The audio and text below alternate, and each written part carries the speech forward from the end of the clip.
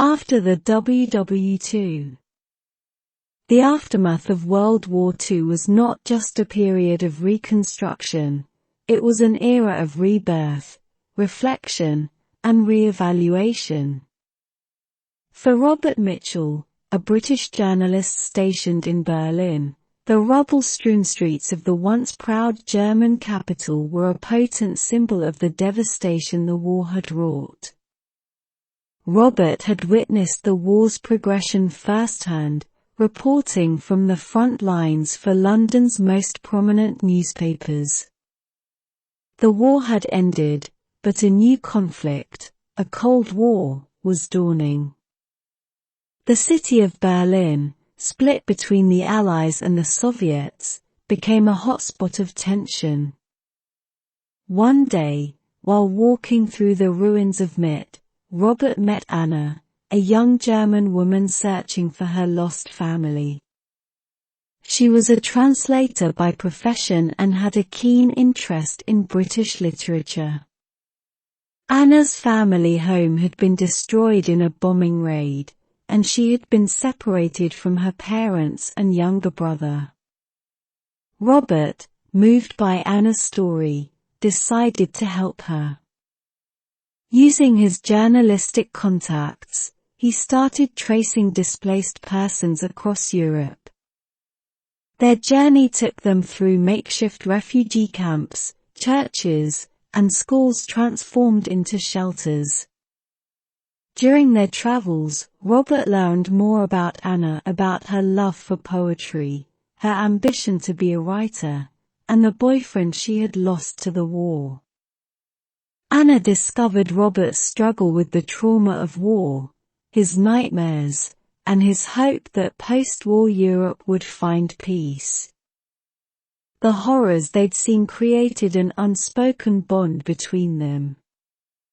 But it wasn't just shared trauma that drew them close, it was their belief in a better future, a hope that the continent would rise from the ashes stronger and more unified. After months of searching, they received news of Anna's parents in a camp near Munich. However, her brother had been drafted into the German army in the war's final stages and remained missing. Anna's reunion with her parents was bittersweet. The relief of finding them was tempered by the uncertainty of her brother's fate. Robert, moved by their journey, penned a series of articles highlighting the plight of war victims, bringing their stories to a global audience. Anna and Robert's relationship deepened, transcending their initial friendship. They settled in London, where Anna began writing, and her first-hand account of Berlin's final days became a bestseller. Years later, a letter arrived from East Germany. Anna's brother, believed dead, was alive, having spent years in a Soviet labor camp. The revelation was a testament to the family's resilience and the unpredictability of post-war Europe. Robert and Anna's story, set against the backdrop of a continent in flux, was a testament to human endurance. Their love, born from the ashes of war, symbolized Europe's indomitable spirit and the belief that even in the darkest times, hope could shine through. With all siblings, the Victorian mansion stood as a silent witness to time on Ashbury Lane.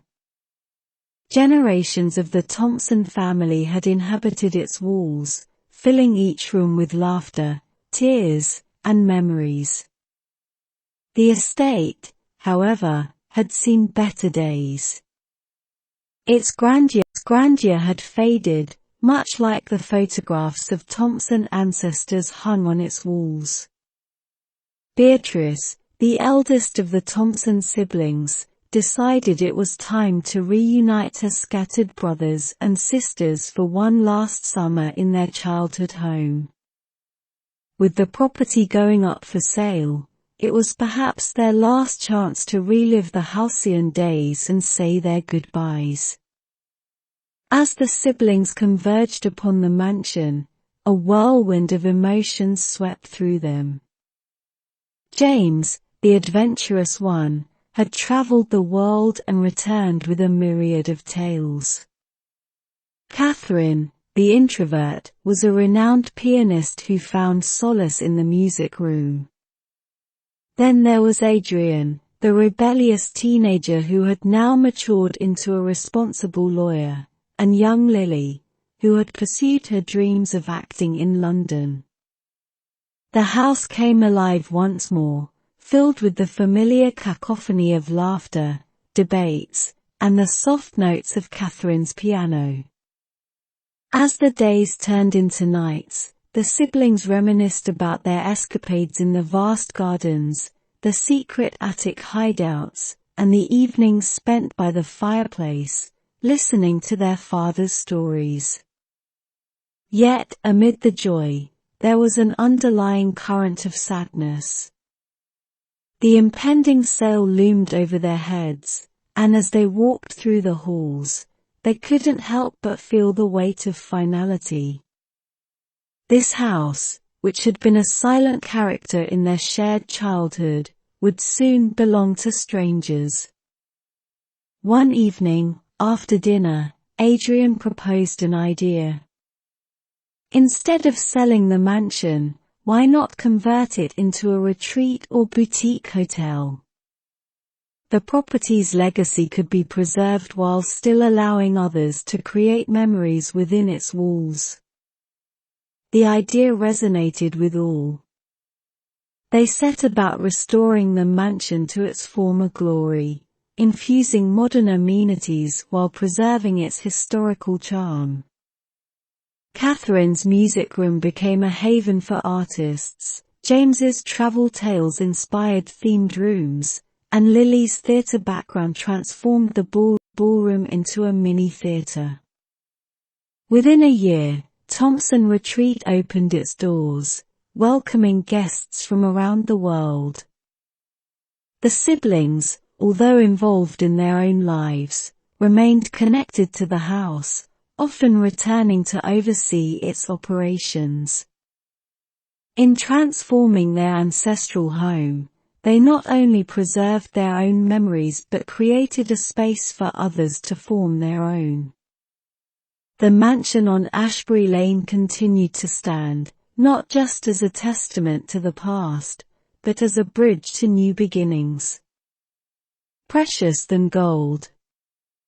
Nestled deep in the heart of the Amazon rainforest, the indigenous tribe of the Inanis had always led a life of seclusion. Their existence was characterized by their oneness with nature and the intricate knowledge of its secrets.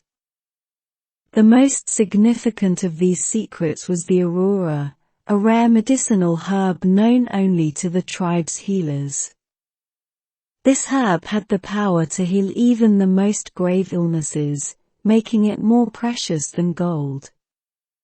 Word spread to the outer world about the aurora, and soon, pharmaceutical magnates and treasure hunters flocked to the forest, all in search of this miraculous herb.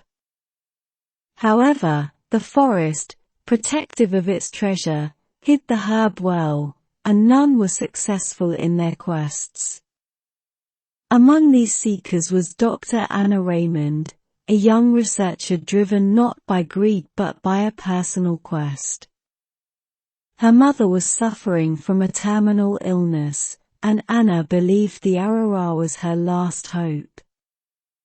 Upon her arrival, Anna sought to establish trust with the Inanis, respecting their customs and beliefs.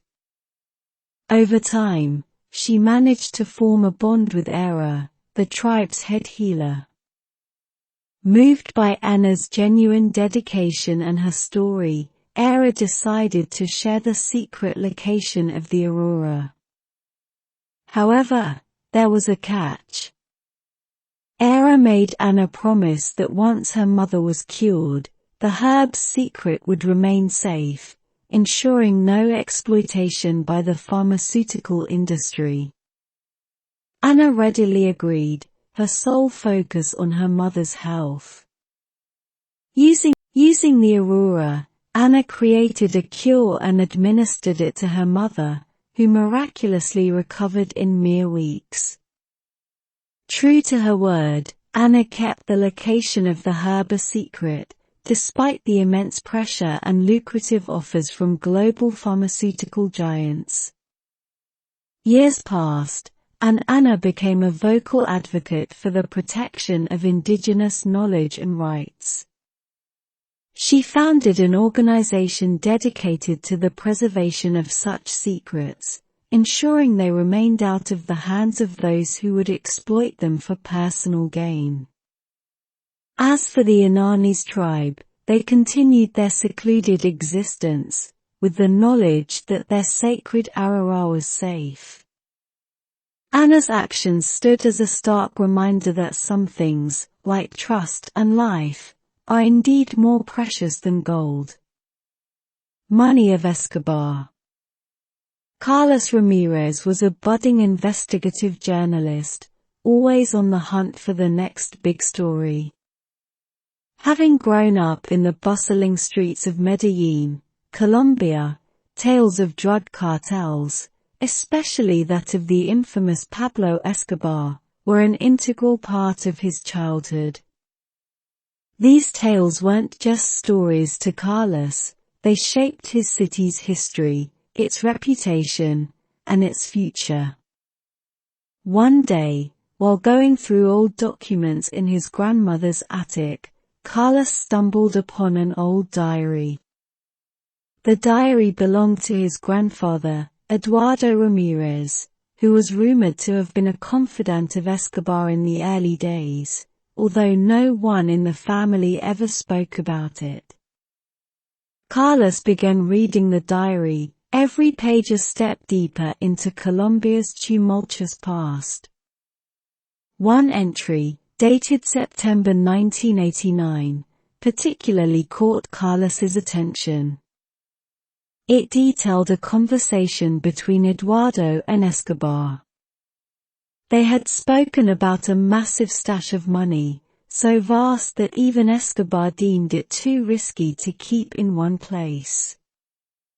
Instead, it was divided and hidden in 3 separate locations across Colombia, marked on a map that was allegedly attached with the diary.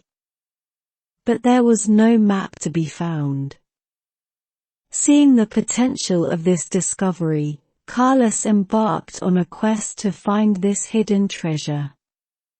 His journey took him to the dense Amazon rainforest, the high-altitude streets of Bogotá, and the sun-drenched beaches of Cartagena.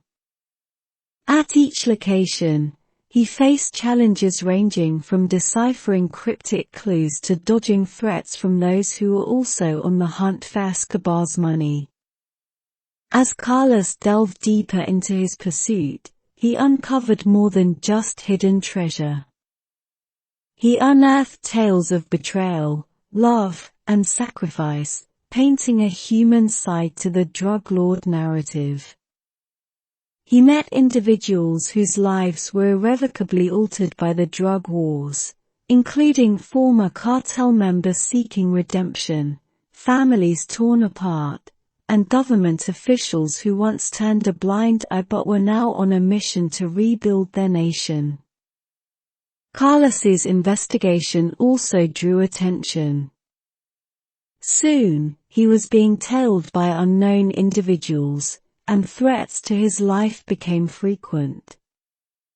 It was clear that even decades after Escobar's demise, his legacy, and his money, still held immense power. Ultimately, Carlos discovered the truth. The money was not just physical currency but also a vast repository of information, detailing operations, names, deals, and more.